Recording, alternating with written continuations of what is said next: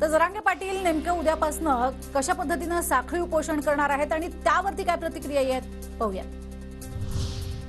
उद्यापासून अंतरवालीमध्ये साखळी उपोषण, राज्यातलं आमरण उपोषण थांबवावं, जरांगेंचं आवाहन, संचारबंदी हटवा, पोलिसांनी ताब्यात घेतलेल्या तरुणांना सोडावं, जरांगेंची मागणी। आरक्षण दिल्यानंतर आंदोलन कशासाठी? जरांगेंच्या एक एक मागण्या वाढतायत। जे कायदा हातात घेतील त्यांच्यावरती पोलीस कारवाई करणारच, मनोज जरांगेंच्या आक्रमक भूमिकेवर भुजबळांचं वक्तव्य। फडणवीसांना राज्यासह देशात अडचणीत आणणार, शिंदेंनी फडणवीसांचं ऐकून स्टेटमेंट बदलू नये, नाराजीची लाट उसळण्याआधी शिंदे फडणवीसांनी शहाणं व्हावं, सहनशीलतेचा अंत पाहू नका, जरांगे पाटलांचा इशारा। तर आम्ही सुद्धा मराठेच, चायनीज मॉडेल नाही, जरांगेंनी सागर बंगल्यावरती येऊन दाखवावं, नितेश राणेंचं जरांगेंना पुन्हा आव्हान।